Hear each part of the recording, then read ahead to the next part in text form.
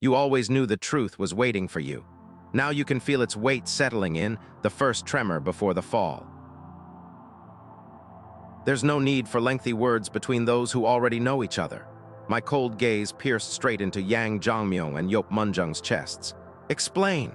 The air in Cheongpunggak was heavy. I said to explain, yet you've kept your mouths shut this whole time. At Unwi's words, the two men gulped nervously. It was only natural.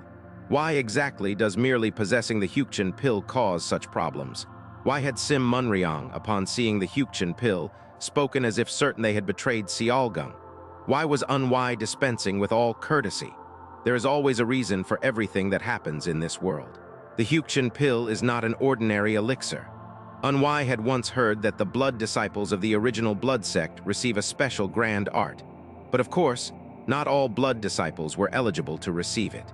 Martial artists who practiced blood qi without receiving the art inevitably experienced side effects during cultivation. The Heukcheon Pill was a medicine that not only suppressed the rampage of blood qi, but also allowed it to settle more deeply into one's meridians. In other words, for martial artists cultivating blood qi, it was the most essential of essentials. And there was another effect as well. Taking the Heukcheon Pill made it comparatively easier to conceal the presence of blood qi. However, ingesting the pill once did not grant a permanent effect. Only with regular consumption could the presence be perfectly hidden. From the moment he had discovered the Heukcheon Pill, Unwi had been certain. The Yang family manor had spies from the original blood sect. A martial artist cultivating blood qi must consume 1 Heukcheon Pill per month. 12 a year, and inside this container are about 50 pills. Even if we assume it's a reserve supply, this amount is enough to support at least 10 cultivators of blood qi. And right now, I see at least 2 before me. Lord Hyun Seolin, that is. Unwi shook his head. Cheongpunggak, at Unwi's call, Cheongpunggak, who had been standing by behind him, grinned slyly and stepped forward. Yes, Branch Lord. From now on, I will ask each of them one question. If their answer is anything but yes or that's correct, behead them immediately. Understood? Understood. Unwi's chilling eyes turned to Yang Jongmyeong. Yang Jongmyeong, are you a spy from the original blood sect? He was quick-witted. Yes. Cheongpunggak's hand tightened slightly on his massive sword. A little disappointed, perhaps. Unwi's next question followed immediately. Yeop Munjung, are you a spy from the original blood sect? I truly cannot tolerate this. This is completely outrageous. Before he could even finish speaking, a deafening sonic boom split the air as Yeop Munjung hastily drew the sword at his waist and swung it. It lacked power since it was swung from a seated position, but Cheongpunggak was merely at the stage of dual light manifestation. That level of sword, he could block it easily. Yeop Munjung, after all, was at the 5-dragon blooming star stage. However, KWANG, with a thunderous crash, Yeop Munjung's body was hurled across the room and slammed into the wall. Gok! What kind of power? What kind of absurd? Staggering in shock, Yeop Munjung tried to rise. Beside his ear, Cheongpunggak's muttered words drifted in. You blocked that!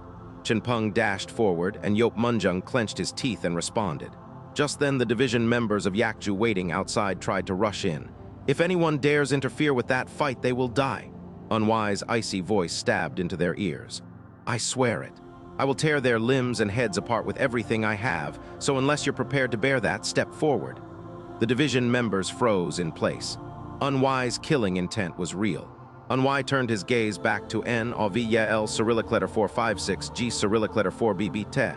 Continue reading, Yang Jongmyeong. Let's continue our conversation. Who recruited you?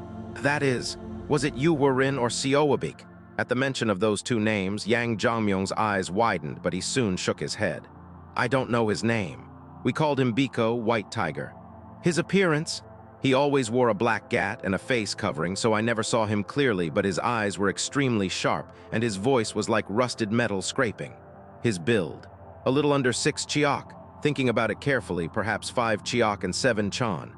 That was enough. You were in. The image forming in his mind matched almost exactly. Naturally, there were many sects that followed the original blood sect. Among them was one group that was both a subdivision and not, a peculiar unit called Yuhanmun, an assassin organization that also handled intelligence for the original blood sect. They specialized in infiltrating sects and recruiting spies. According to Unwi's knowledge, there were 4 of them. Yu Wurin and Seoabik, who managed the outer regions of Yungwon and foreign Murim. Jeon Makam, and Hyun Yuzum, who operated within Yongwon itself. All four were martial artists at the Celestial Earth Death Realm. Though their primary task was recruitment, they were fundamentally assassins, experts in stealth, disguise, and intelligence gathering. Unwi asked, "What did he promise you?" "You're still hesitating, I see." So he decided to help a little. "What you say next will determine the fate of the Yang family manor." His voice was frigid. "You know full well how precious time is. Even this very moment I'm wasting is worth more than can be calculated. But this is something I must clarify." Unwi looked Yang Jongmyeong dead in the eye. "If you answer truthfully, we'll settle this with only your life and that of the directly involved parties. However," his gaze grew sharper, "if we find out later that you lied, every single person connected to you will die. Understood?" Yang Jongmyeong's face turned pale. "So what did the one calling himself White Tiger promise you?" "He." Yang Jongmyeong swallowed hard. "He promised to pass down martial arts of the original blood sect, and he said he'd give us power within Seolgung's territory and raise our status as a sect to the next level. The price? To report on internal movements within Seolgung each month, especially the activities of the extreme North descendants. And what did you receive in return? We were taught blood-killing divine art, given a method to obtain the Heukcheon Pill." His voice grew quieter. "And taught how to control blood chi. How did you report back? On the first of every month, we met at Sangwoo Pavilion outside Yakju." Unwi stroked his chin. "Sangwoo Pavilion, huh?" he murmured to himself, turning his head slightly. The fight between Cheongpunggak and Yeop Munjung was still raging. Cheongpunggak's greatsword sliced through the air. Yeop Munjung widened his eyes and twisted his body sharply to the side. "Wuhong!" The greatsword cleaved the empty space. No matter how extraordinary his physical power might be, the difference in realm was undeniable. A mere dual light manifestation, brat? He had no reason to hold back. He would kill Cheongpunggak right here and escape. It was the best choice Yeop Munjung could make. Red smoke began to rise from his fingertips. It was unmistakably blood chi. Blood-killing divine art. It instantly enveloped his entire body. Though faint, anyone could tell from the red smoke surrounding him that he was a blood cultivator. But Cheongpunggak neither flinched nor shrank back from it. Gripping the greatsword tightly, he brought it crashing down. Thinking it would be different this time, Yeop Munjung also swung his sword. Kwang. A tremendous impact rang out as Yeop Munjung was pushed backward, skidding across the floor. "What? Is this monstrous strength?" It was absurd, then it happened. Yeop Munjung's eyes flew open. Like a mountain crashing down, that massive greatsword was descending again. He flattened his blade and took a defensive stance. Kwang. His body was slammed into the ground, gouging a trench into the floor. This incomprehensible power. He no longer wanted to understand. He twisted his body sideways and Cheongpunggak's sword struck the earth. At that moment, Yeop Munjung's sword lunged toward Cheongpunggak's shoulder. Slak. A tearing sound rang out as flesh split and blood sprayed into the air. It had to hurt, and yet, Cheongpunggak was laughing strangely.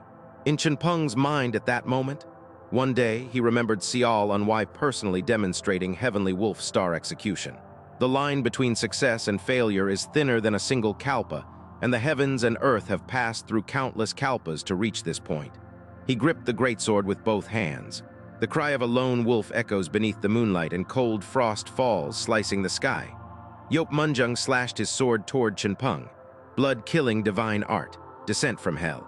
It was a fatal strike, but Cheongpunggak's smile only deepened. In that moment, he was becoming one with the memory of Unwi. This is Heavenly Wolf Star execution. He swung his greatsword with all his might.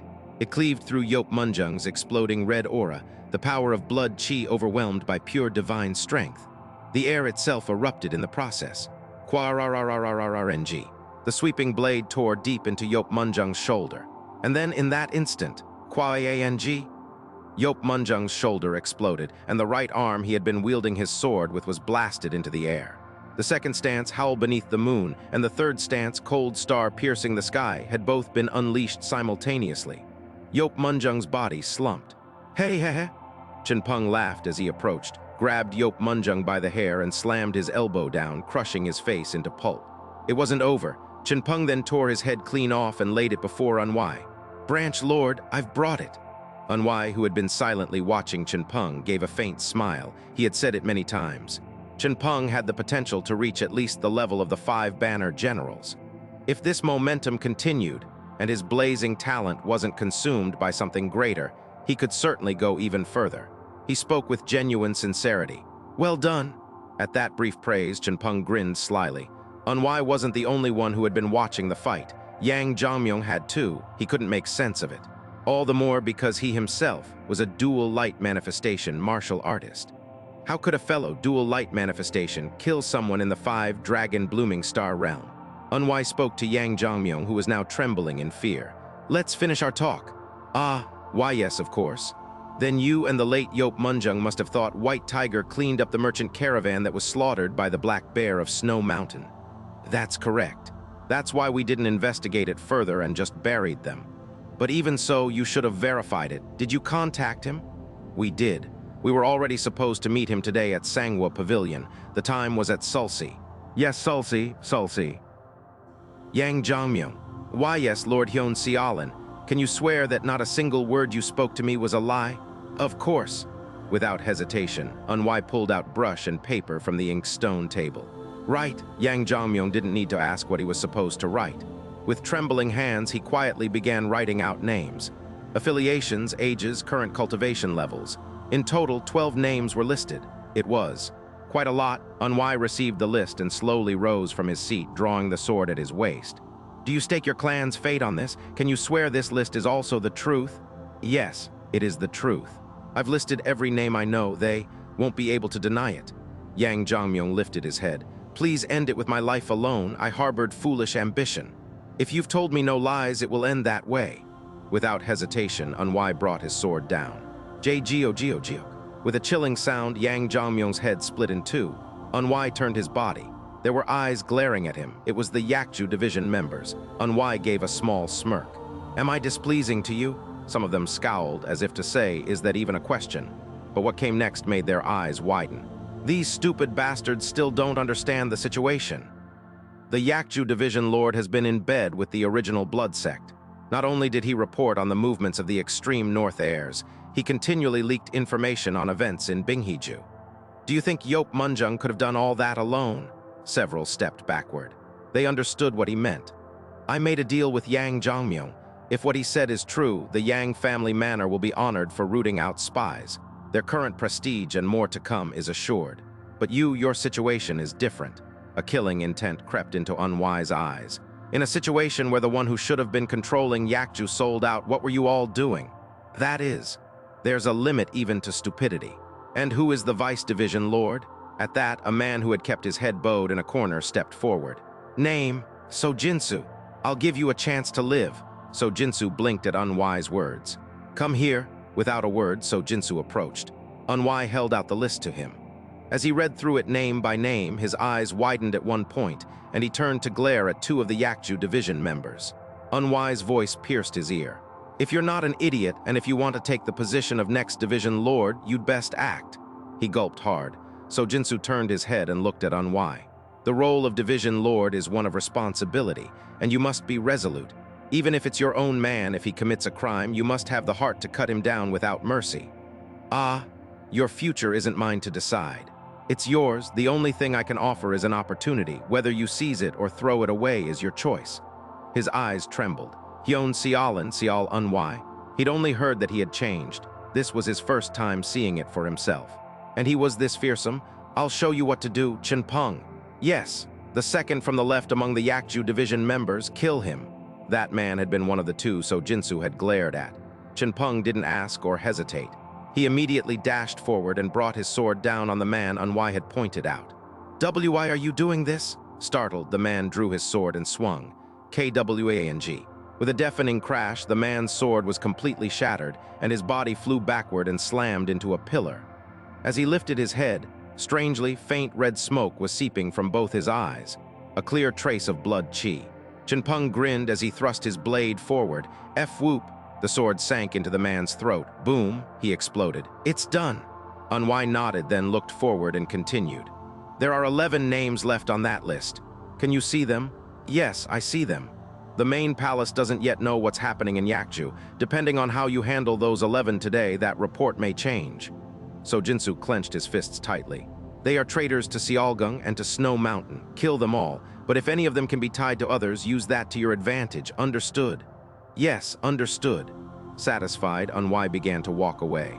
Blood-soaked Cheongpunggak followed behind him. As they walked toward the carriage, Unwi paused and spoke briefly. So Jinsu, remember that name? Thud, his heart sank. Sial Unwi, he was clearly a man destined for greatness. To have his name remembered by such a man could be an extraordinary opportunity, so Jinsu respectfully cupped his fists. I will carry out Lord Hyun Sealan's orders flawlessly. Begin. Understood. Unwi turned away and with a distant expression spoke to Yang Chial, who was waiting at the carriage. We're moving. Where? Where shall we go? Sanghwa Pavilion. Unwi had no intention of simply weeding out the underlings. He would uproot it from the very root. In a corner of Sanghwa Pavilion, a man was quietly drinking tea. Even from the way he sat, it was obvious. His height was 5 chiak and 7 chan. His frame was slim overall, almost resembling a Confucian scholar. His features were delicate and his eyes narrow. On the table before him sat one empty bottle of bamboo leaf green liquor, one full bottle, and a plate of dongpo pork, half eaten. Silently, he lifted the full bottle of bamboo leaf green and poured it into an empty cup. Just as he was about to raise it to his lips, his hand froze in midair. It had no choice but to stop. A man had sat down across from him. Who are you? Even at the scholar's startled question, the man said nothing. The seated man set the cup down, lifted the bamboo leaf green, and poured it in. The scholar could not comprehend this situation at all. He glanced sideways toward the man by the window, wearing a black gat. That man was also 5 chiak and 7 chan tall. If he had gone to that man, who looked like he was waiting for someone, it would have made sense. But instead, Hyun Seal Unwi had sat down directly in front of him, someone who had never once shown his face. Since arriving in Snow Mountain, not a single person had seen his bare face. So what exactly did he know to sit here? Could it really be coincidence? Seal Unwi swirled the half-filled cup slightly and said, drinking cheap liquor that doesn't suit you. I asked who you are. Did you always enjoy asking questions when you already knew the answer? Bamboo leaf green, huh? Well, even this kind of liquor has its own flavor. The bitterness and resentment of the poor, did you enjoy that?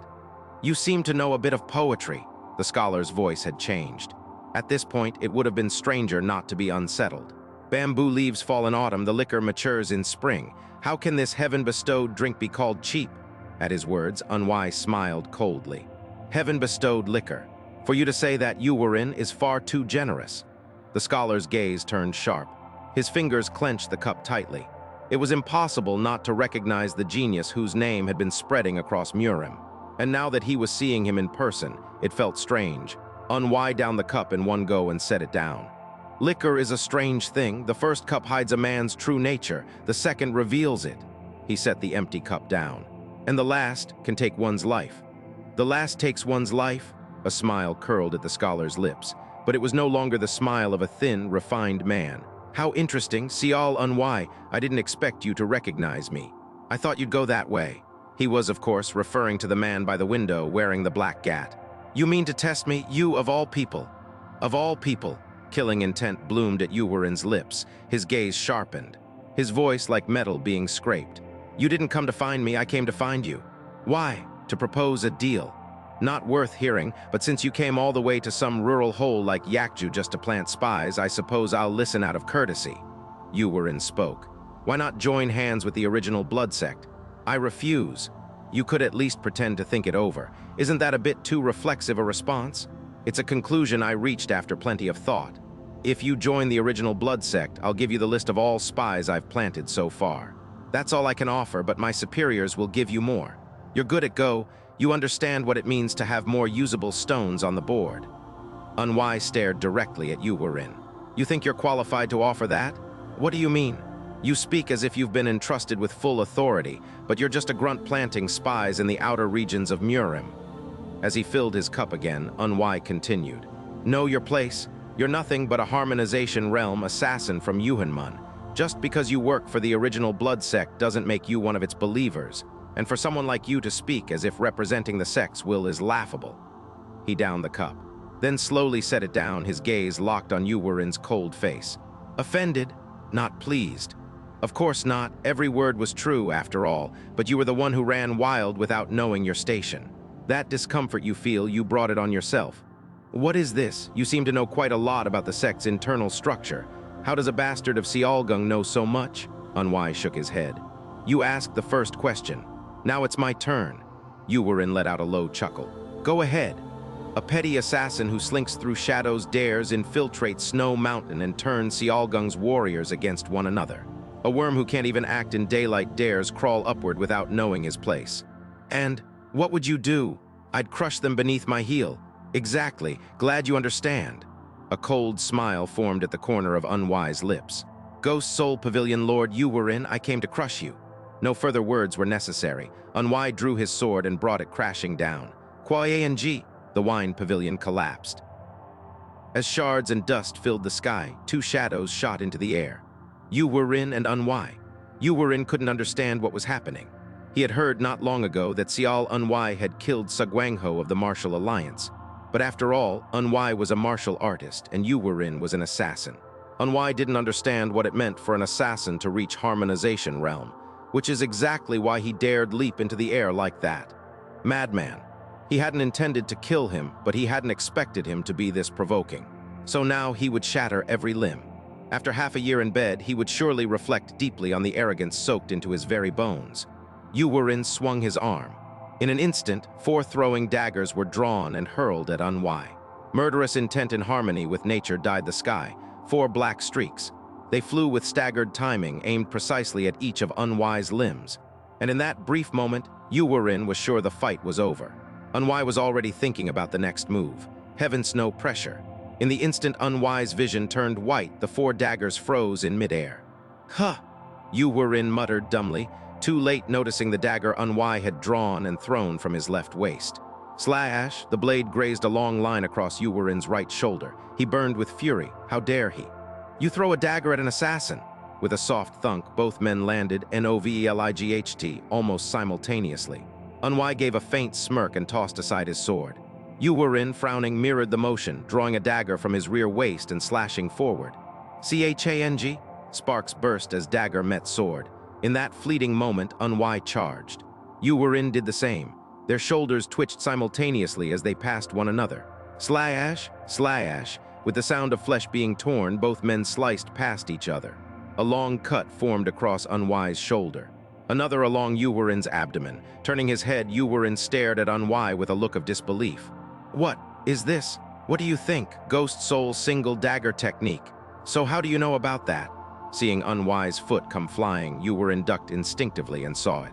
The placement of Unwi's opposite foot, where his body leaned, where his waist and arm were aimed. It made no sense. Everything about that movement was undeniably from Ghost Soul's single dagger technique, a technique of Yuhanmun. He focused. If Unwi really was using that technique, then the next attack would go for the glabella. He tilted his head to the side. Whoosh! Unwi's dagger pierced the space where Yu Wurin's forehead had just been. Had he not dodged, it would have gone clean through. Yu Wurin's eyes scanned Unwi's body. The angle of his feet and shoulders, the movement of his waist. He reflexively twisted hard and rolled sideways. Slash! The dagger tore a long gash across the hem of Yu Wurin's robes. Landing, Yu Wurin's eyes shook violently. He was right. It really was Ghost Soul's single dagger technique. He immediately leaned back. Whoosh! A dagger grazed his face as it passed. Rolling backward, Yu Wurin swapped the dagger from his left to his right hand. In that fleeting moment, he saw it, the perfect angle to pierce Unwi, a gap only assassins could see. He didn't know how Unwi knew the technique, but it ended here. No matter what's said, a fight between an assassin and a martial artist is different. They can't be the same. Their battlegrounds differ. Assassins hone lethal strikes to claim lives in a single blow. How could that be the same as martial combat? A tiny gap, and into that gap the perfect strike. In such close quarters combat, this was where assassins shone. Yu Wurin was certain of victory. His wrist drew a subtle arc. Reverse flow dagger technique. As an assassin trained in the secret arts of Yuhanmun, this angle was absolute. No martial artist could dodge it. That very instant, Unwi lightly pushed off the ground. Not backward, but straight in. It shattered Yu Wurin's expectations. Completely slash his right armpit, a fatal spot, yet Unwi's one step forward made Yu Wurin's dagger only graze his shoulder. The trajectory of the dagger was completely ruined. This is impossible. This only made sense if the bastard knew the reverse flow dagger technique. Otherwise, this moment could never happen. Crack! Unwi's knee smashed into Yu Wurin's jaw, and with nearly the same momentum, a dagger plunged downward. Thunk, it pierced straight through Yuwarin's right shoulder. Staggering backward, he reeled from the blow to his jaw. Unwi didn't miss a beat. In that brief moment, both men's eyes landed on the same spot. 2 steps for Unwi. 5 for Yuwarin, there where Unwi had tossed his sword earlier. As if prearranged, both men moved. Unwi lunged forward and grabbed his sword. Yuwarin grabbed the dagger impaled in his right shoulder with his left hand. The moment Unwi's palm wrapped around the hilt, faint heaven force flowed into it, instantly converting into icy snow force. At the same time, Yuwarin yanked the dagger free. Blood sprayed. Through the red mist, Unwi's sword slashed. Absolute ice returning void sword. Like the frozen wrath of Snow Mountain condensed into a single beam of light, it shot cold and merciless toward Yuwarin's neck. Unwi's movements were clearly faster, but realm difference couldn't be ignored. Yuwarin's eyes flared.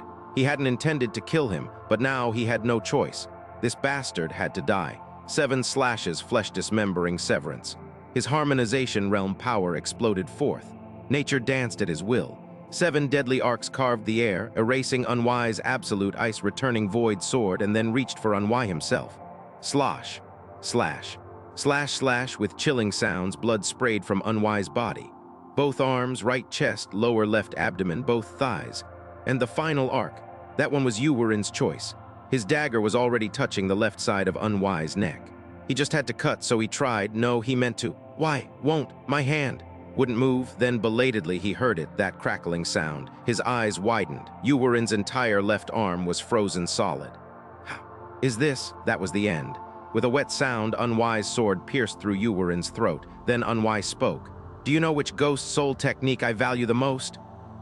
GHHH? 7 slashes, flesh dismembering severance. The 7 rapid strikes cut through a human's vital points in order. Depending on how the 7th is chosen, it becomes a killing art. As his vision blurred, Yuwarin finally understood.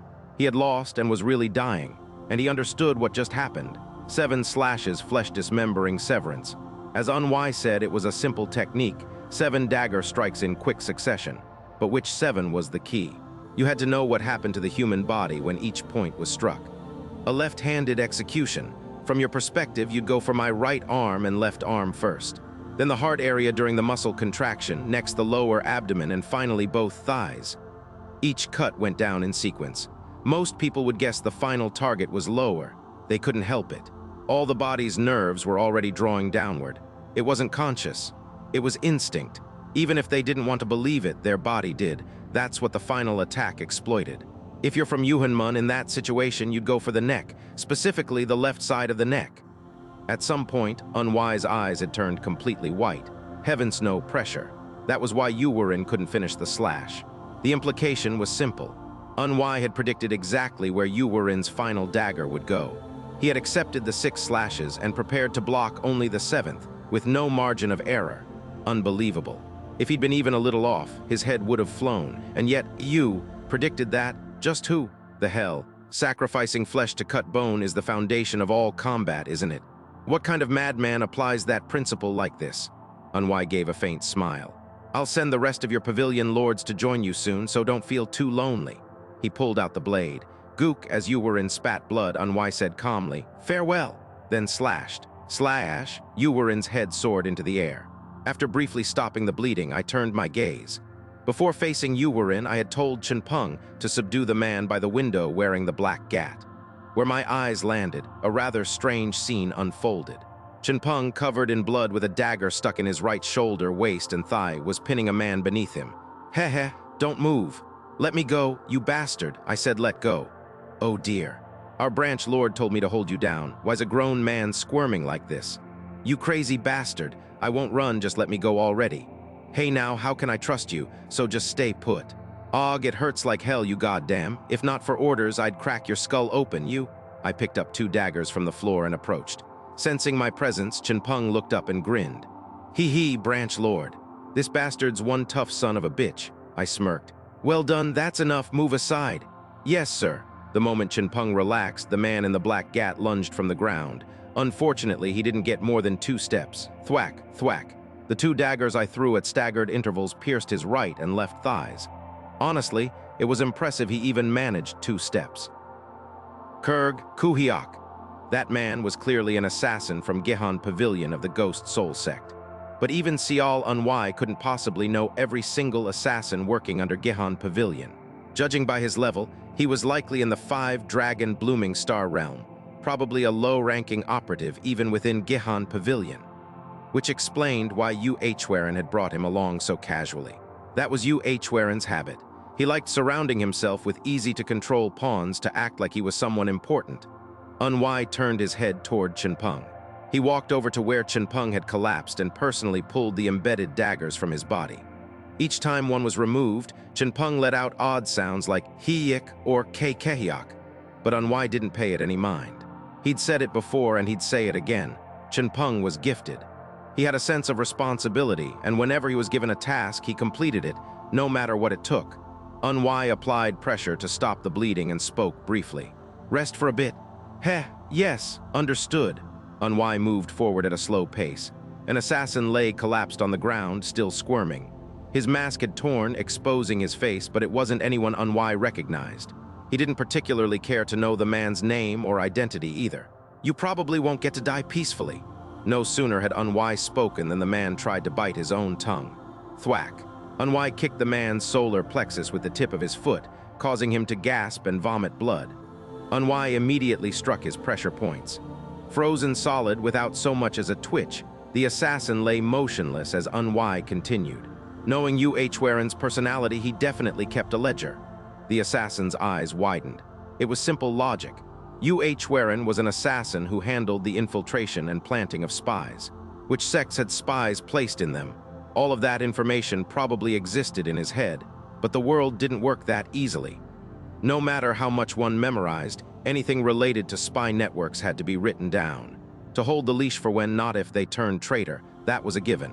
"I have a few guesses, but I want certainty. If you tell me where that ledger is, I'll give you a painless death, right here, right now." He released the man's pressure points and waited. The assassin looked up and asked, ... Can you swear on that?"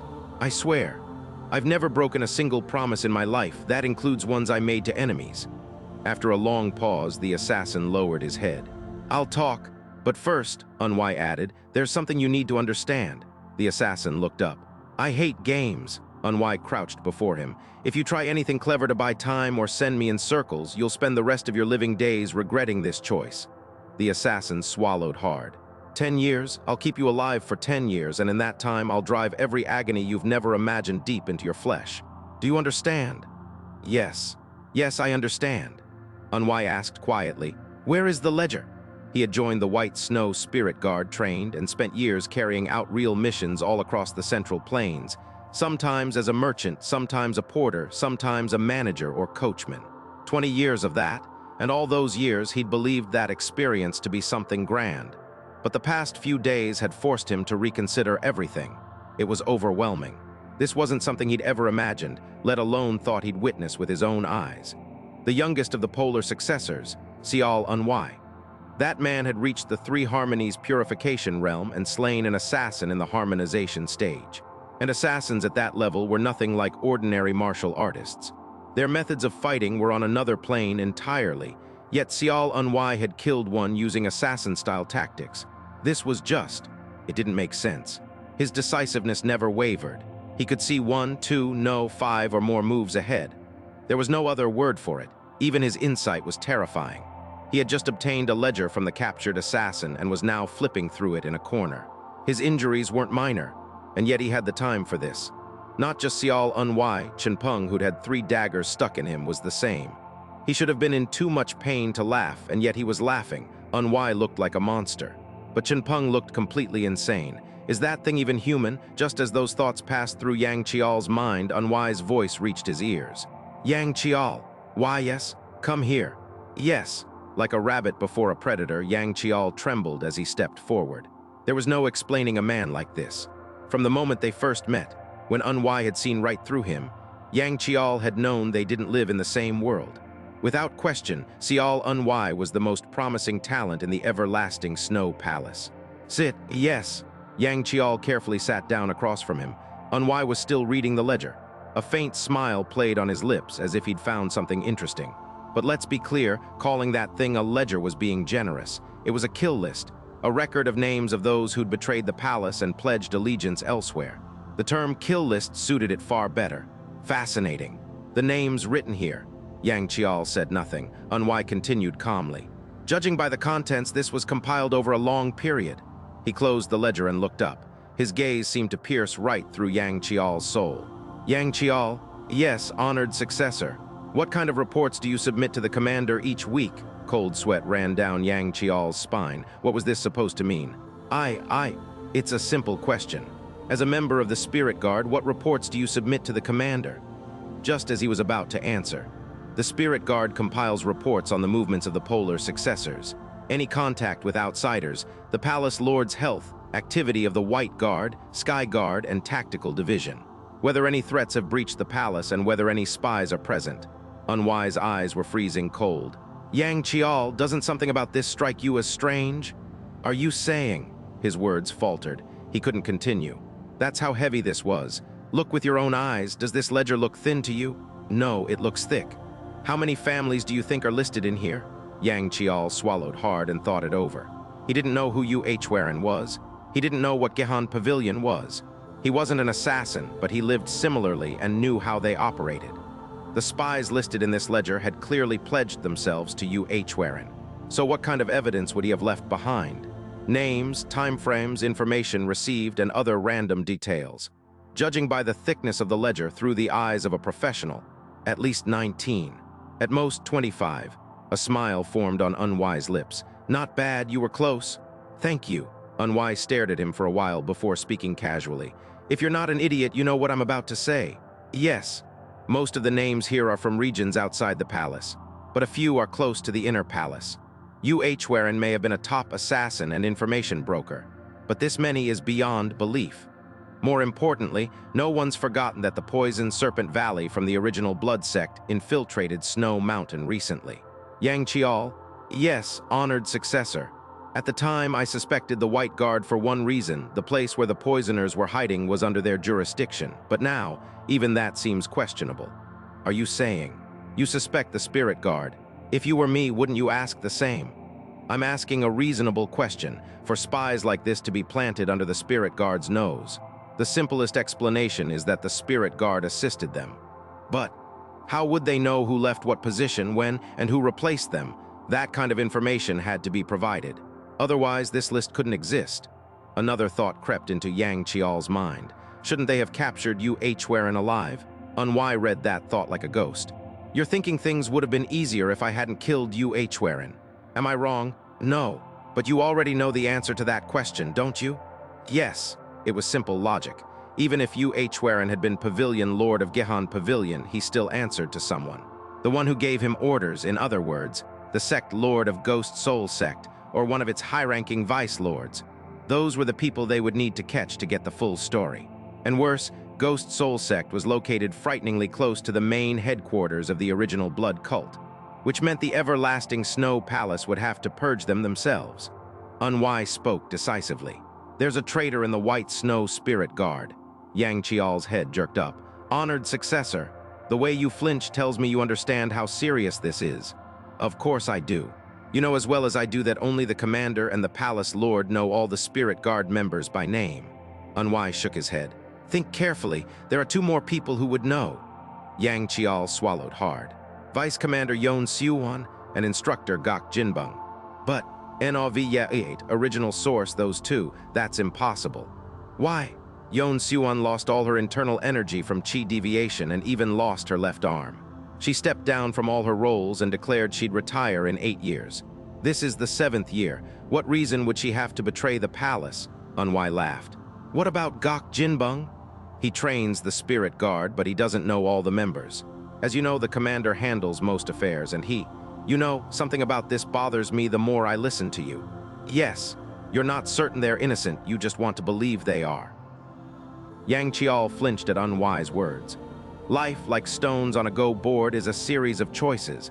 Sometimes it's a decision that can change your fate. Sometimes it's something that seems trivial. But you can't cover the sky with your palm. I don't want your inner conflict to be projected onto me, but I suppose even that's not so easy. Honored successor. When you live long enough, things you once couldn't see start to come into view. Sometimes it's blurry, sometimes it's clear. From what I see, you haven't betrayed the everlasting Snow Palace. On the contrary, you're overflowing with a desire to see it thrive." He dropped to his knees at once. "That's correct. I swear I've never betrayed the palace. Not until now, and never in the future." Unwi silently studied Yang Chial for a moment, then spoke quietly. "There's someone in Jongmyeong whom I trust more than anyone else in this world, and he happens to be your senior. If it were up to me, I'd bring you to Jongmyeong right now, but it's not time yet." Unwi reached out and gently brushed Yang Chial's shoulder as he continued. "You'll have to be my eyes and ears." "Me? Yes, you. There are many who view the world like a go-board, but that doesn't mean the world is a go-board. When factions clash, the most important factor isn't strength, but information. Strength only matters in the final moment. If one has a vast advantage in information, even overwhelming strength can become meaningless. To put one's opponent on the go-board, one must first know what that opponent knows. By sifting through memories of his previous life and the information he'd gathered when the palace had fallen, one fact was clear. Vice Palace Lord Yang Xiaojin needed no further discussion. His betrayal was absolute, but after that, the picture became more complicated. At the time he had erased the palace from the world, there had been no such thing as the White Snow Spirit Guard. 3 central figures now stood in question: the commander, Ju Che, the vice commander, Yon Suan, and the instructor, Gok Jinbeng. At least one of them was a traitor. It could be all 3, 2 of them, or just one. The probability that none were traitors was 0. The moment the polar successors began to die, it had already been inevitable. "I haven't heard your answer yet. Will you be my eyes and ears?" At his question, Yang Chial straightened his expression and cupped his fists. "Yes. Please give me your orders." Unwi liked both the expression and the attitude. His cultivation level was at the harmonization stage. That was enough to call him talented. Unwi reopened the ledger, tore out 3 pages, and handed them to Yang Chial. "Take this. Are you saying to bring this to the commander?" Unwi shook his head. "Deliver it to Sim Munryong of the White Guard." Yang Chial's eyes widened. "Pardon?" That kind of reaction was understandable. Passing information from the Spirit Guard to the White Guard was unheard of. "Honored successor, that's... Not long ago, the commander and I had a rather unpleasant conversation in the main palace." It was true. At the time, Ju Che had offered Namgung Woniang a position in the Spirit Guard, and she had refused. Unwi had interrupted their discussion midway, and the tension that day would undoubtedly be remembered by Ju Che and linked to this incident. That was the basis of every strategic match: leverage what you know. Don't question it further. Also, avoid doing anything that might arouse suspicion, especially never mention that I tore out pages from the ledger. Understood? And tell Sim Munryong this. Use this ledger to root out the other spies within the palace and secure the vacant seat of the 12 cold commanders as your reward. I'll deliver the message. Sim Munryong may speak coarsely, but that's just the kind of man he is. Give him the ledger and report its contents to the commander as well. Naturally, the commander should be informed first. Good, you have a decent sense of political awareness. You'll do fine. Yang Chial smiled faintly at the compliment. Remember this above all else. You may have become my eyes and ears, but your loyalty must always belong to the palace. By that, you mean? The moment he grew cautious showed just how quick-witted he truly was. Even unwise implication, that Yang Chial should be willing to sever ties with him if he ever became a threat to the palace, wasn't lost on him. Honored successor, you're truly terrifying. Before Unwi could respond, Now, what's with all the grim talk? Our Vice Lord is a very gentle person, you know." Unwi didn't bother to reply, but Yang Chial's face clearly answered. "This lunatic," roughly something like that. "Yang Chial, yes, honored successor. Go on your way now. Don't you need an escort? I'll be staying here for another 2 days before heading to Jongmyeong. Leave the carriage." "But I..." "Run," Yang Chial blinked. "Me. You're a harmonization stage martial artist, aren't you? You're not even injured. Whereas Cheongpunggak and I are both wounded. So we're the ones who should take the carriage. You can run faster than any horse, so run." It was airtight logic. Yang Chial let out a dry laugh and cupped his fists. "I'll be off, honored successor." When Unwi nodded, Yang Chial vanished like smoke. In the place he'd left behind, Cheongpunggak asked, "Vice Lord, do you really trust him?" Now that there were no eyes watching, Cheongpunggak's voice had relaxed.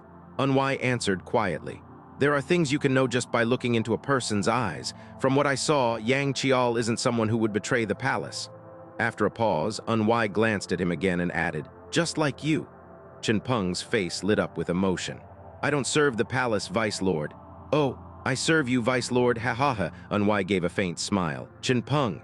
Yes, Vice Lord, your progress is impressive, but still a little lacking. My apologies. No need to apologize, everything has its time. For now, the people we're fighting might be at most harmonization or spirit ascension level, but in 2 years, 3 years. There's no guarantee it'll stay that way. And that was the truth. Push yourself harder, but don't feel pressured. It's a bit of pressure, but I'll live up to your faith in me. After saying so confidently, Cheongpunggak paused and asked curiously, May I ask one thing? Go ahead. What is your dream, Vice Lord? My dream? Yes. Or perhaps your wish, something like that. Unwi had no real dream, but he did have a wish. Like with any organization, things may look stable from the outside, but inside it's often a mess. The palace is no exception. He turned his head and gazed out over the endless snowy plains. To protect the palace, that's my wish. Then I'll protect the palace too. Cheongpunggak smiled softly. Your wish is my wish and your dream is my dream. There was reverence in Cheongpunggak's eyes as he spoke. Don't look at me like that, it's unsettling. Haha, apologies. Still, it's not a bad thing to hear. Yang Chial carried out Sial Unwi's orders with precision. The first thing he did was report to Ju Che. When he handed over the ledger, Ju Che's expression turned peculiar. So, this is the list NOVYL Yoda GHT. Read the full story of spies who defected to the original blood cult. Yes, 20 sects. That's quite a number. Ju Che's expression was deeply troubled. Yang Chial. Yes, Commander. There are spies in the White Snow Spirit Guard, aren't there? Yang Chial's face stiffened. It was the expression of someone fully loyal to the Spirit Guard, something anyone could recognize at a glance. This is difficult, truly difficult. Ju Che spoke solemnly, his face still complicated. I don't know exactly when it was compiled, but it's clear a great deal of effort went into it over a long time. Fortunately, the 20 sects listed here do not pose a direct threat to the palace. And that was accurate. Snow Mountain was vast. Even if certain regions were remote, there were plenty of cities with easy access to the Central Plains via the sea or towns near the borders of foreign nations. These weren't backward villages. There were hundreds of sects rooted across the range. Not all of them were loyal to the everlasting Snow Palace like the Martial Alliance, but the 20 listed in this ledger had sold information about the palace and been paid for it. They were undeniably spies. However, the strongest martial artist among those 20 sects was only at the Spirit Ascension realm. Just one person, that much was manageable. Then Ju Che asked, is this the full list? Yes. As far as I could tell, that was everything. Nothing was damaged or removed. It's the original ledger received directly from the assassin by honored successor. So it's the original. Yes. Ju Che propped his chin on his hand and fell into thought, then let out a dry laugh. And yet he told you to bring this to the White Guard. More precisely, he told me to deliver it to a man named Sim Munryong. Sim Munryong. There was no way Ju Che didn't know the name. The one who had brought fame to Sial Unwi across the Central Plains through Go. A man who had become a Mythic Realm martial artist during a match. If it's that rascal who reached the Mythic Realm through Go, then yes, anyone can see he's one of honored successor's close aides. I suppose it's not so hard to understand. Ju Che gave a quiet chuckle. Seems like honored successor's still holding a grudge over that day. Yang Chial didn't respond. A low-ranking member had no business prying into such matters. It wasn't just improper, it was forbidden. That was the rule of the White Snow Spirit Guard. Taking care of his ally, making his discomfort toward me known, I suppose I can't really complain. Ju Che handed the ledger back to Yang Chial and spoke.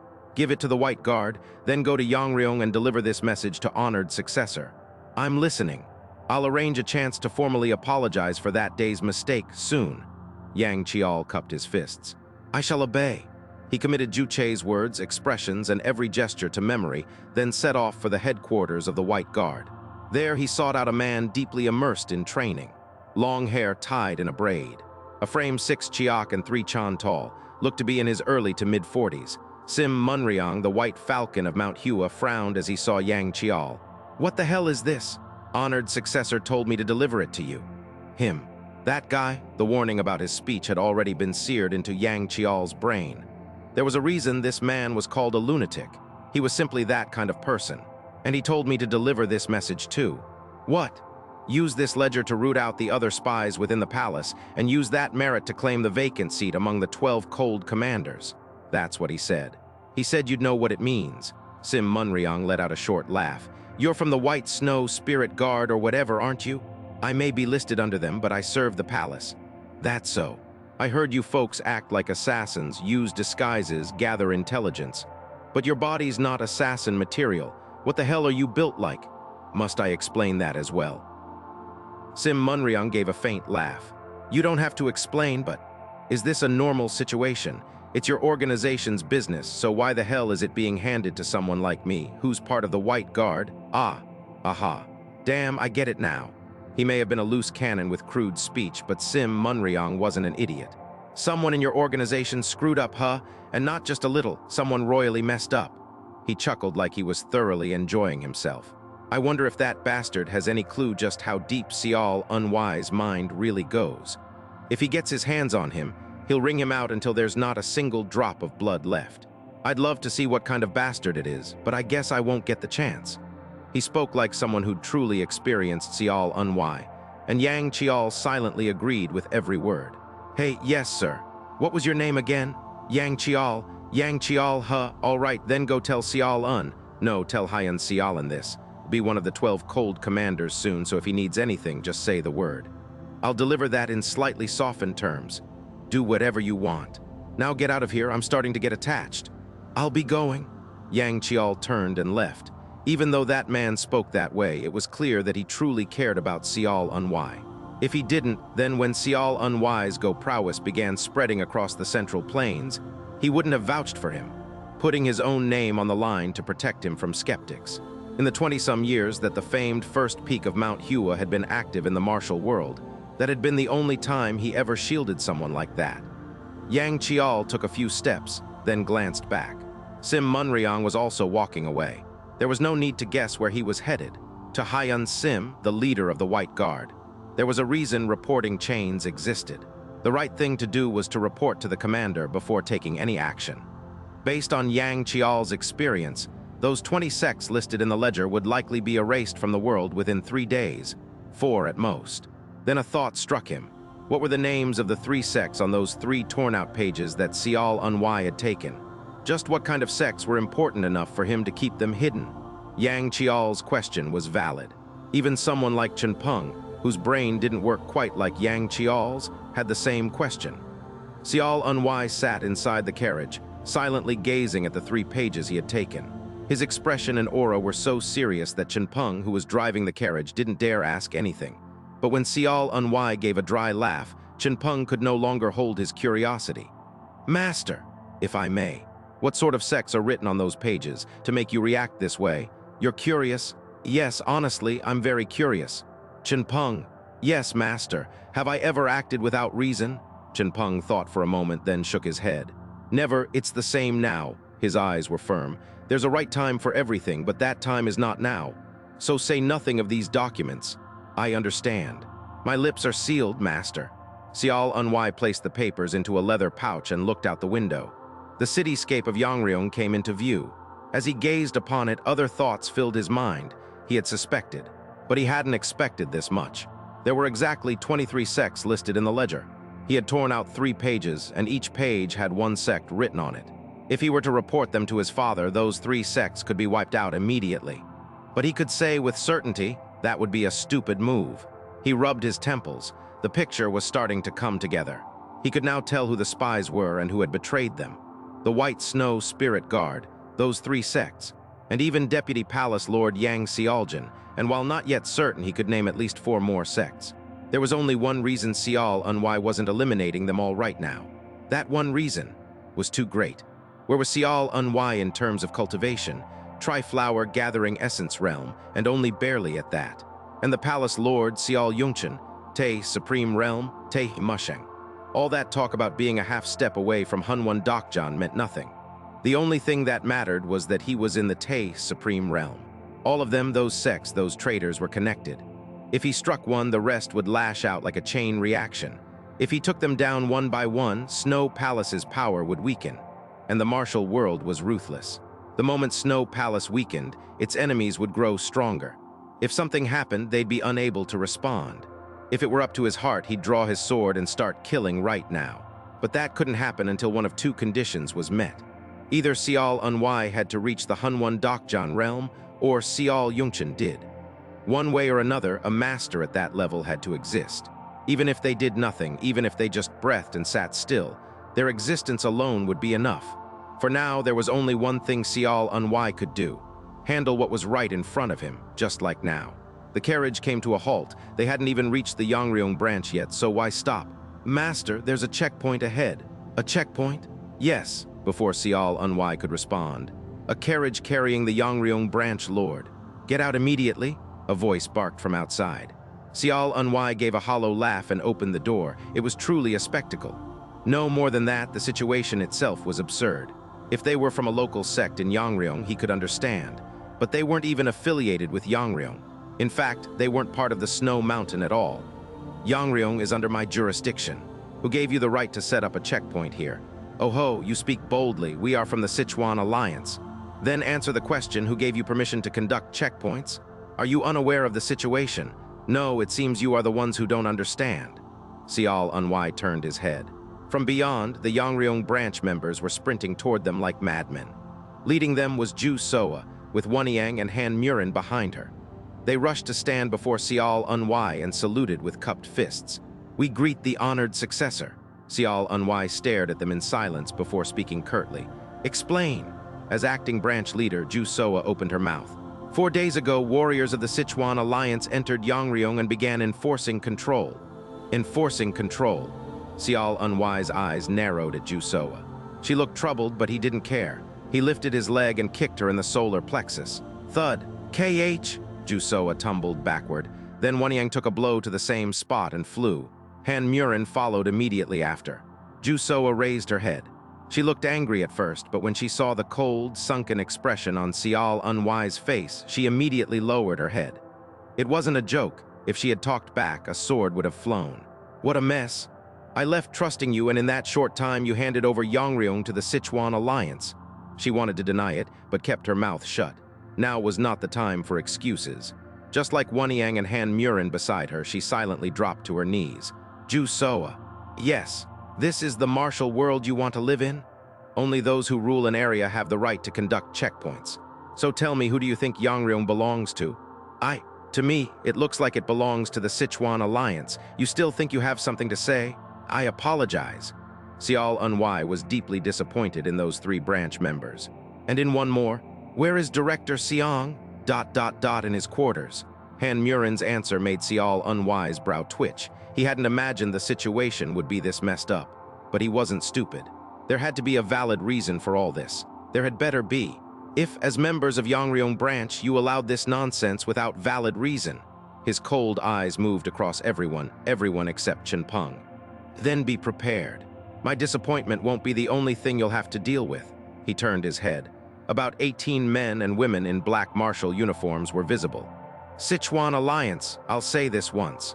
So listen, we heard you recently killed Wang Shaeyun and Jang Menkyang. His sentence was cut off, but surprisingly he didn't say much about that. Instead, so what? He simply replied. You killed 2 warriors of Sichuan Alliance's Iron Command Pavilion. And for what? They just wanted to play N.O.V. Original Source, a game of Go. I don't know how you gained such fame with that kind of violence, but the Sichuan Alliance demands an apology. An apology. I should be the one getting an apology, don't make me laugh. Seol Unwi stepped up to the man who had raised his voice. You, what's your name? I'm Wu Mengjuk from Iron Command Pavilion 3rd Squad. Wu Mengjuk, answer me. I clearly said I had urgent business at the palace. I even asked for your understanding. It was a matter so critical that someone like you can't even fathom it. If I had been delayed by those 2 fools and forced to play Go, I would have erased the Sichuan Alliance from the face of the earth. What? My brother was gravely ill, and I was the only one who could treat him. The Sichuan Alliance obstructed that, so the one who deserves an apology is me.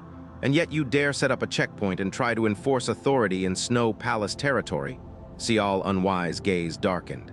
This will be your first and last warning. Open your ears, don't interrupt, just listen. Kneel and apologize right here, right now, and I'll let this go. Are you insane? They couldn't kneel. As representatives of the Sichuan Alliance, their actions represented the Alliance's position. Kneeling meant submitting, something they absolutely could not do. But that was enough for Seol Unwi. He took that silence as a refusal. Thunk. A dagger from Sial Unwi's waist buried itself in Wu Mengjok's throat in an instant. Flashing hollow needle technique, Siamha Ilchimsul.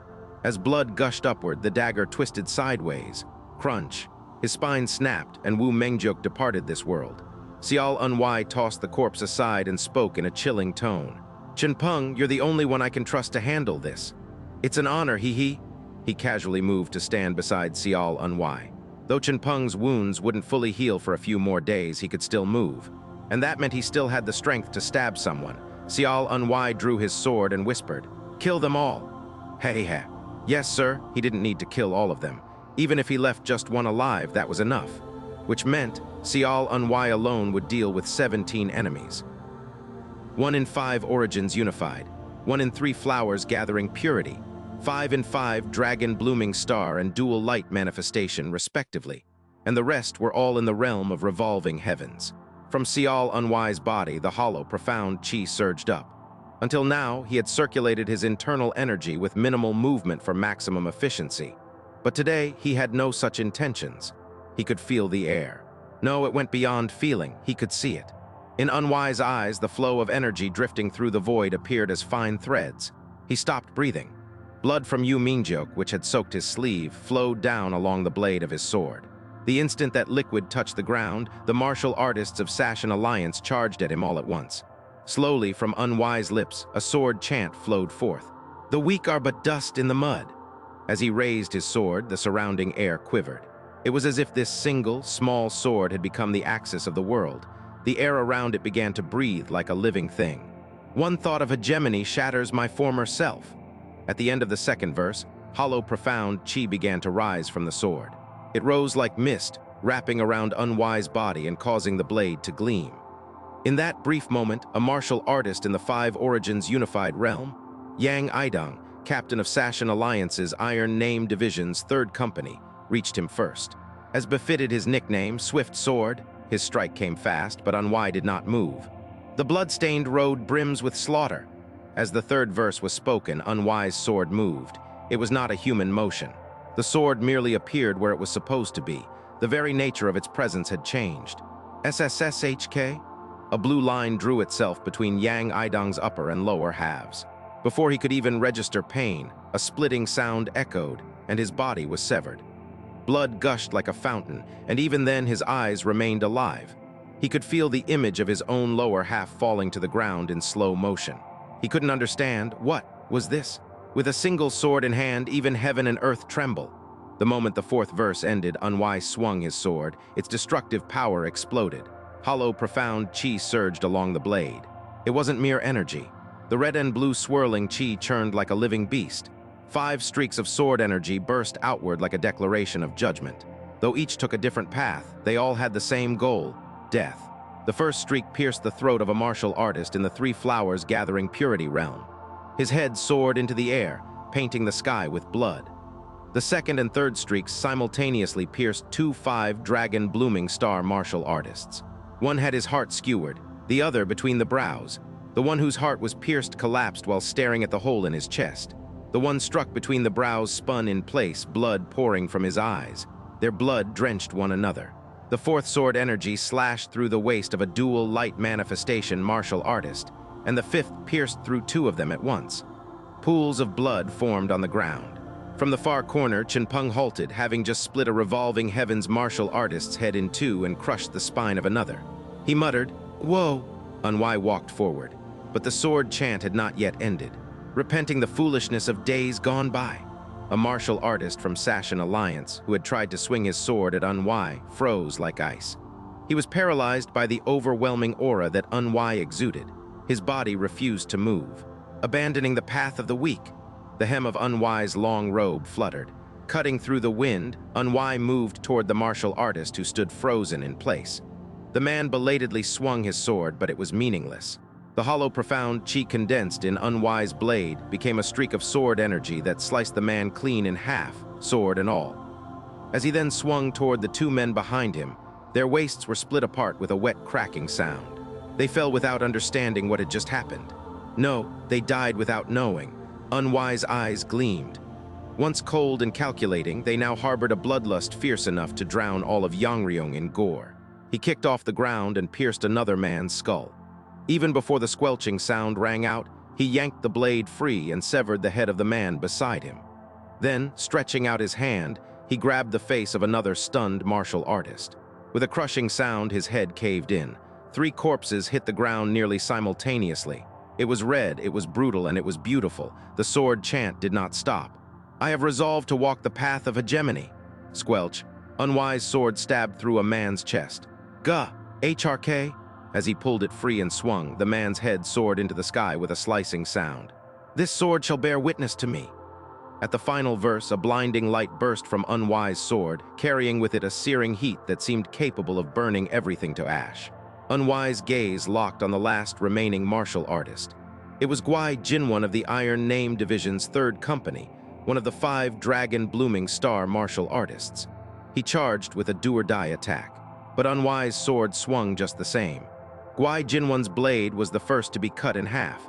Then the right arm holding it was split into 5 segments. Lastly, his neck and torso were divided into 20 pieces. It was speed invisible to the naked eye. Only the aftermath could be seen. What had once been Gwai Jinwon fell behind Unwi in fragments. Heaven rebelling vast azure sword. First song, blood sword of hegemony. Unwi's sword chant ended. Only one man survived. He was the one struck in the abdomen by a NOV Cyrillic letter 456 HT. Don't copy. Read here, shard of sword energy earlier. Now he was barely breathing, crawling along the ground. Clutching at the organs spilling from his belly, he dragged himself forward until he trembled and froze. A foot was planted before him. He looked up with difficulty and saw Unwi, emotionless eyes. Terror gripped him. Please. Spare me, Unwi wordlessly stomped on his head. Crunch. Silence fell. 3 division members who had reached for their swords, the blood-drenched Cheongpunggak, and the dozens of onlookers as well. None of them spoke a word, as it should be, because he had not given permission. He suppressed the bloodlust that enveloped his body and settled the hollow, profound chi as well. Had he used this sword chant back when he was in the revolving heavens or early 3 flowers gathering purity realm, he would have become a bloodthirsty ghost, swinging at everything in sight. Now that he had reached the middle of 3 flowers gathering purity, he could barely restrain it. Jusoa, why yes, hang these scum's heads at the front gate. All of them? He said nothing, just looked at her. Jusoa flinched, swallowed hard, then replied, Yes, I will do as you command. Jongmyeong stood and approached him. My lord, I'll explain everything. He stared at her in silence. To be honest, there had to be a reason.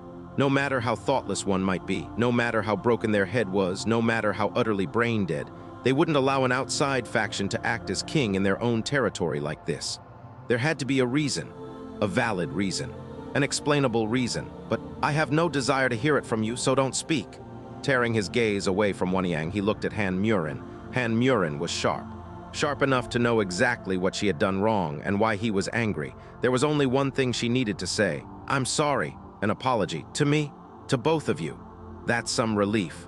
At least you're not so stupid as to be beyond saving. Of course, she owed him an apology, but more than that, she owed herself. Han Murin, Jongmyeong, and Ju Soa, all 3 needed to apologize to themselves in this moment. He turned his head. You go hang the heads too, and Cheongpunggak. Yes, my lord, you're returning to division duty, as you command. After returning to the branch division, Unwi headed straight for Commander Seong's residence. And the moment he faced Commander Seong, who was drenched in cold sweat, grinning awkwardly, Unwi had to fight to suppress his emotions. He let out a sigh. What kind of mess is this? Commander Seong, bowing his head in shame, chuckled dryly at Unwi's next words. Are you in a lot of pain? Do I look it? Cold sweat, uncontrollable tremors, sluggish eye movements, and chi control that seems clearly impaired. Yes, to my eyes you look quite unwell. My body's fine. It's my heart that hurts. Your heart, huh? Unwi silently took Commander Seong's hand and looked at him. How could he not understand his heart? When the master of Jongmyeong was away, the only one who could fill that role was Commander Seong. An expert in the realm of ascension was never common in a rural region like Jongmyeong. Moreover, Unwi trusted Commander Seong. If he had to name only 3 people in the world he truly trusted, without hesitation they would be Seol Yungcheon, Seong Yongho, and Seol Yonhwa. Commander Seong knew that, so it hurt, because he hadn't lived up to that trust.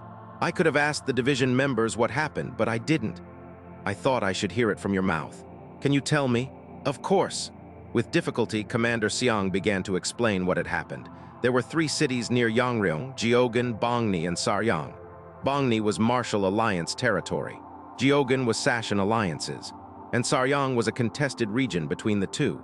10 days ago, after Unwi killed 2 Sashan Alliance martial artists, it wasn't the main Sashan Alliance that officially protested, but rather the sects of Jeogan. To be exact, it was the One Gate, 3 clans, 2 manors of Jeogan under Sashan Alliance. There's a crucial difference between the main Sashan Alliance taking action and affiliated martial artists doing so. They must not be viewed as the same. The Sashan Alliance headquarters did send a protest letter, but it was only a formality. Even before it arrived, the martial artists of Jeogan's One Gate, 3 clans, 2 manors had already entered Yangryong. Their number easily exceeded several hundred, including 8 masters in 5 origins unified, 2 in harmonization, and 1 in the realm of ascension. Commander Seong approached Lee Jajium, master of Heukcheon sword sect and de facto leader of the group, and said, "It doesn't matter what you do. Because Seol Unwi, the lord of Yangryong, isn't here, you should go back now." Lee Jajium refused, so Commander Seong proposed a wager. The sect leaders of the One Gate, 3 clans, and 2 manors, including Lee Jajium, were to each use a 3 breaths move. If Commander Seong could withstand them all, they would withdraw. Under normal circumstances, there'd have been no reason for them to accept such a wager. Even for martial artists, promises had their time and place, but they had no choice, because beside Commander Seong stood Jongmyeong, the hidden hermit swordsman. And though faint, the patriarch of the Shin family, Shin Janghu, had also raised his sword toward Lee Jajium of Jeogan, prepared to stake his life. But the crucial one was Jongmyeong, the very same Jongmyeong who had played a final go match with Unwi before his departure to Frozen Sea Province, and who had wished to repay that kindness. He belonged neither to the Martial Alliance nor to the Sashan Alliance, but even so, he declared, "If you do not accept Commander Seong Yangho's proposal here, then I, Jongmyeong, will declare myself an enemy of the Sashan Alliance and kill you all." In the end, Lee Jajium of Jeogan had no choice but to accept Commander Seong's proposal. He had come all the way to Yangryong and couldn't afford to return empty-handed. And if Commander Seong were to die during the 3 breaths, they'd at least have taken out a martial artist in the Ascension realm, so there was no loss. But Commander Seong endured the 3 breaths. That was 5 days ago. The sects of Jeogan withdrew and Commander Seong collapsed. And it was then that the Iron Name Division martial artists from the main Sashan Alliance arrived. They claimed justification and said they would wait until the branch lord, Seol Unwi, returned to hear his explanation directly. Naturally, there was no way they'd simply wait. For the 5 days, long or short depending on how one saw it, they carried out inspections and enforced control in Yangryong, all under the guise of justification. They claimed, "Branch Lord Unwi may be hiding here. Therefore, we must search." That was the excuse. This was the truth behind it all. Unwi gave a short remark. "You overdid it. Had to overdo it, but what happened to those Iron Name Division martial artists? Don't tell me. I killed them. Every single one, not one left. What are you going to do now?" Unwi stared silently at Commander Seong, then returned the question. "There's something a group must always do if it wishes to survive. Do you know what that is?" "What? Retaliation." Commander Seong swallowed hard. Where was Unwi aiming now? Whom was he going to retaliate against? Jeogan? Or the Sashan Alliance? Do I need to separate the two? Normally, yes. Then I must not be normal. Commander Seong understood. The smell of blood would soon rise from many places. "I have a question. Will you answer? Anything." "Commander Seong, are you a martial artist or a killer?" That question made him pause. He understood what Unwi meant, and so he answered firmly. "I am a martial artist." "Then as a martial artist, there's something you must do. Do you know what it is?" Commander Seong's eyes began to blaze. "I do. Of course I do." Unwi fell silent for a moment. Then, channeling his hollow, profound chi into Commander Seong's body, he spoke again. "I'll prepare the stage. Recover within 3 days." Commander Seong gave no reply, because his body was already falling asleep. The hollow, profound chi flowing into him had merged with his own, exponentially enhancing his body's healing ability. 3 days would be enough. Unwi rose to his feet. From the moment he'd begun speaking with Commander Seong, someone else had been standing nearby. The distance was just far enough not to intrude, and the conversation serious enough to make interruption feel inappropriate. Unwi turned to Jongmyeong, who had been smiling awkwardly, and offered him a martial salute. I've received your kindness, senior. Haha, kindness you say, it's nothing. If not for you, the sects of Jeogan would not have retreated. At that, Jongmyeong chuckled softly. Do you truly think so? A faint smile formed on Unwi's lips as well. I don't truly think so, but isn't it better to say it anyway? Ahahaha, well, now that you've made me laugh, how could I deny it? Jongmyeong's eyes curved gently. The man before him was truly difficult to describe. No matter how peerlessly talented one might be, there are things that only come with experience. He was certainly gifted at Go, and even more adept at imparting insight through it. He was undoubtedly a genius, but his perspective on the world was broader still. He saw not only what ordinary people see, but what they fail to see. This conversation alone was proof. Master Sial, yes, senior. I'd like to hear your opinion. Why do you think the sects of Jeogan brought so many forces with them? Unwi answered without hesitation. They didn't come targeting the Jongmyeong branch. They came to target the sects within Jongmyeong. Oh, and they've likely N-O-V-Y-L Cyrillic letter 456G Cyrillic letter 4BBT, official version, already made contact with the sects of Saryang. At Unwi's words, Jongmyeong fell silent. Impressive, truly impressive. He wanted to hear more. Please continue. Yes, then I'll share the rest of my thoughts. Ultimately, Lee Jaejeom of Jeogan covets the rights to Shinsum Valley. A map unfolded in Unwi's mind, laying out the positions of Jeogan, Bongni, and Saryang. Shinsum Valley lay at the center of those three cities, and the Shinsum flowers that grew there were among the most precious medicinal herbs in the martial world. Then, why do you think the Sashan Alliance is responding so passively? It's obvious. Someone in the Sashan Alliance has struck a deal. The Sashan Alliance was composed of 4 divisions: Iron Name Division, Upper Iron Division, 2 Iron Division, and Black Iron Division. The martial artists Unwi had killed, what were they?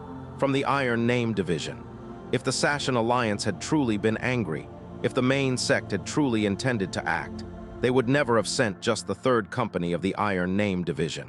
Judging from the current situation, I'd wager Lee Jaejeom made his deal with Iron Name Division's Lord Myung Soin. It could be no one else.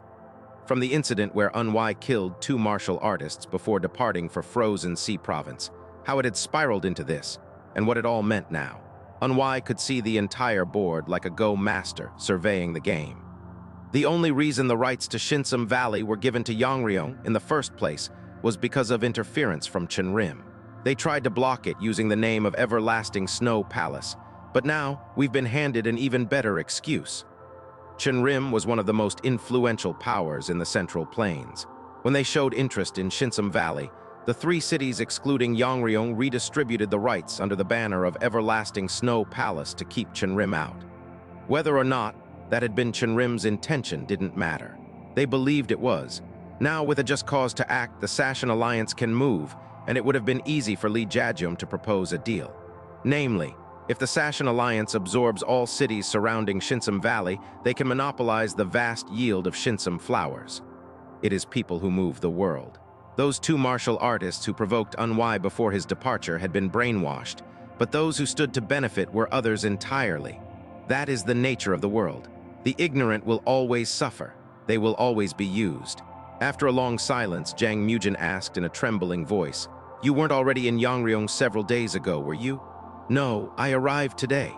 I'm at a loss for words. I cannot begin to describe what I'm feeling. Astonishing, truly astonishing. Every phenomenon in this world has a reason. Always, nothing happens without cause. This case was no exception. Jongmyeong looked at Unwi with complicated eyes. "Master Sial." "Yes, senior. I may have lost to you in Go and owe you a debt, so this might sound awkward, but as someone who has lived over 60 years, may I offer you a piece of advice?"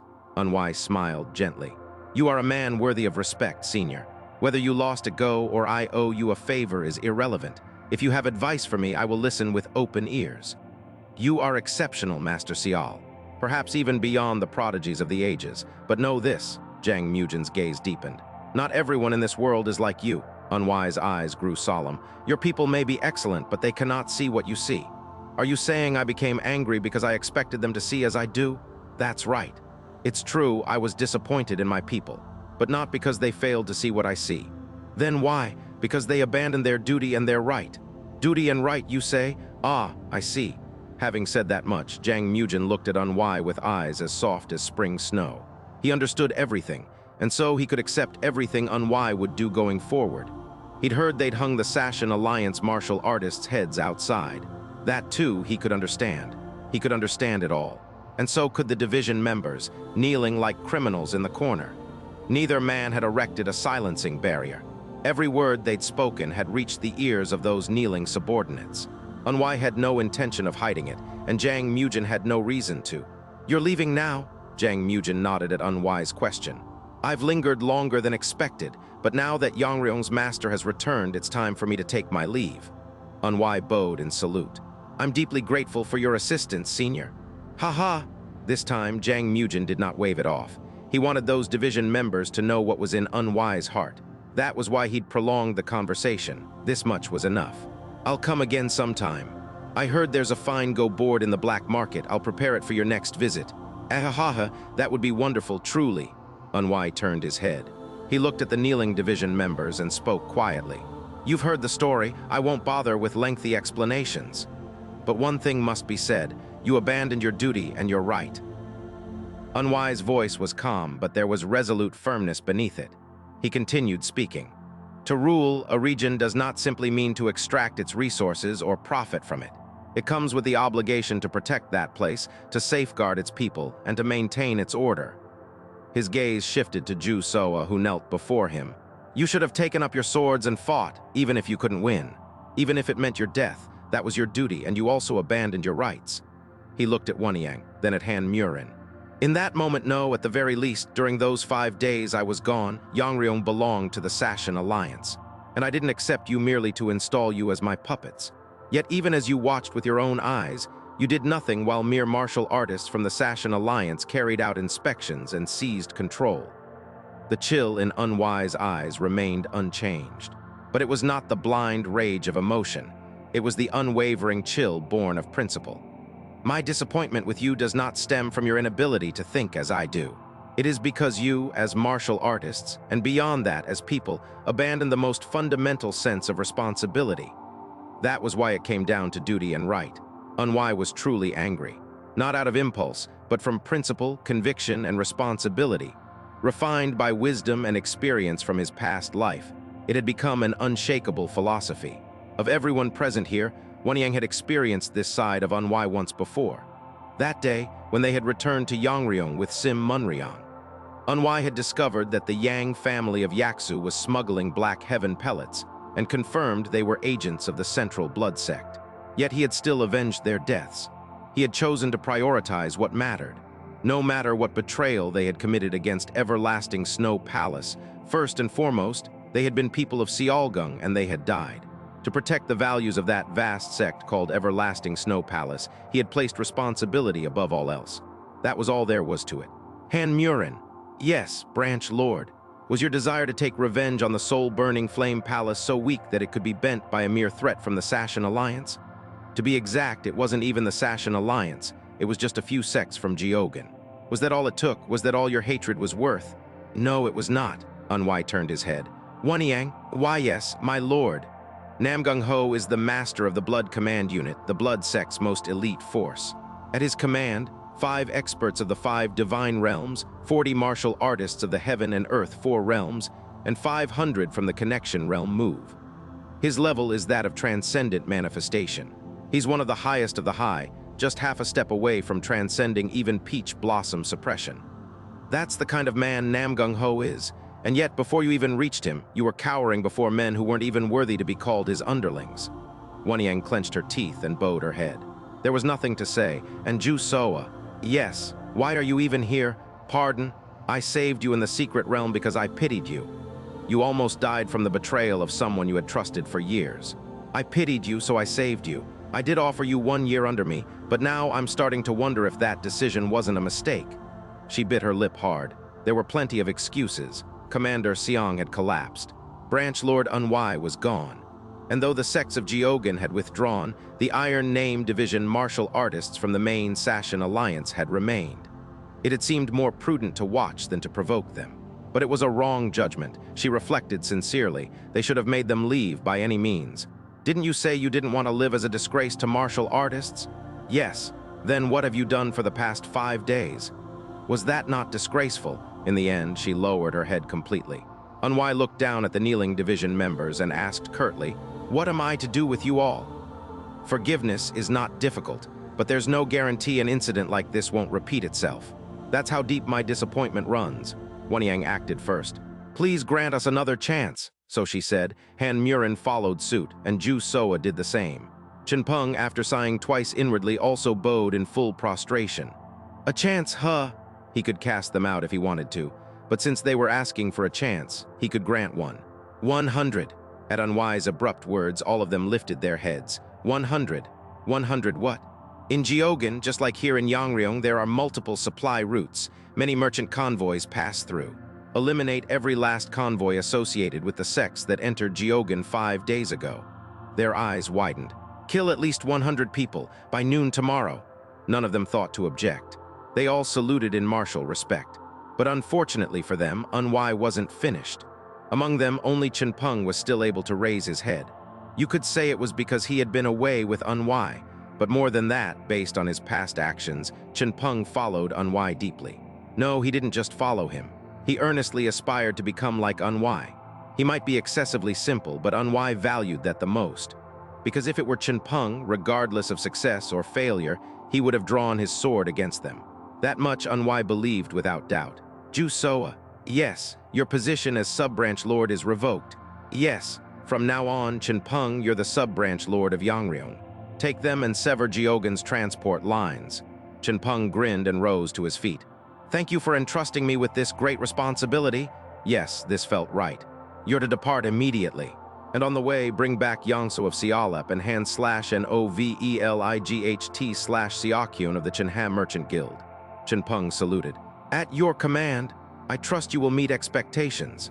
I won't let you down, Branch Lord. He couldn't stop smiling. Hey, are you happy or something? At Ju Soa's question, Cheongpunggak blinked like she was being ridiculous.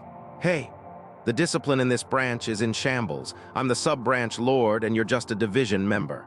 Don't you understand hierarchy? You've grown up a lot, Cheongpunggak. I've always been bigger than you. Ju Soa let out a sigh. She didn't know what to make of this. Not long ago, she used to beat him into shape, and now his rank was higher than hers. He wasn't the crown prince of a kingdom, nor an heir to some great northern sect. In martial society, it made no sense for someone of lower cultivation to act like a superior. Unless, of course, one was someone's subordinate. As sub-branch lord, Cheongpunggak now represented branch lord Unwi. So why'd you go and mess up in the first place? As if you would have done any different. Wait, yeah, I guess you wouldn't. Having trained him, Ju Soa knew it for certain. Cheongpunggak was insane. He didn't have Unwi's intelligence, but he was so overwhelmingly simple that his actions often resembled Unwi's. He didn't scheme or overthink. He just had a clear sense of right and wrong. If it had been Cheongpunggak, he would have immediately judged the Sashan Alliance's inspection as wrong and swung his sword without hesitation. He wouldn't even stop to think about the consequences. That's just how he was. Cheongpunggak slung his arm over Ju Soa's shoulder, grinning. You know how soft our branch lord is, right? What do you mean? Soft? Come on, you really don't know how delicate he is. Seriously, somewhere this man had gotten the wrong idea. Unwi was not delicate. Where had this delusion even started? Ju Soa had no idea, and Cheongpunggak kept going.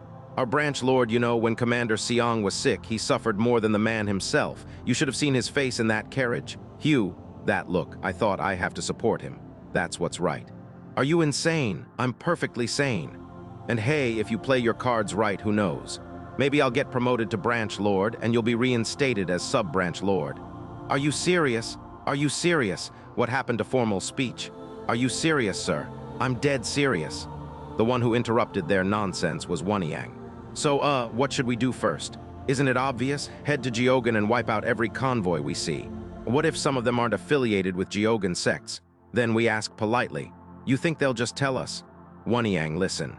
When you've got a sword at your throat, no one lies. Speechless, Wanyang shut her mouth. This time Han Murin stepped in. Let's go to the Beggars Guild and buy intel. The Beggars Guild? Yes. There's always a reason our branch lord gives a task. And the number 100 wasn't random. First, we'll go to the Beggars Guild, get a list of convoys returning to Gyeogan today and tomorrow, and then plan the most efficient route. One by one, we'll wipe them out. That's how I think we should proceed, sub-branch Lord Cheongpunggak. A huge grin spread across Cheongpunggak's face. Yes, that's what I'm talking about. Let's head to the Beggars Guild first. Jusoa looked at his back and sighed deeply. Now she understood, at least roughly, why Unwi had appointed Cheongpunggak as sub-branch lord. That guy was a lone wolf. His temperament was naturally suited for it, but if given proper guidance and direction, he could move faster than anyone else. In that sense, maybe Unwi was soft, she didn't know. Jusoa, you coming or what? Yeah, I'm coming.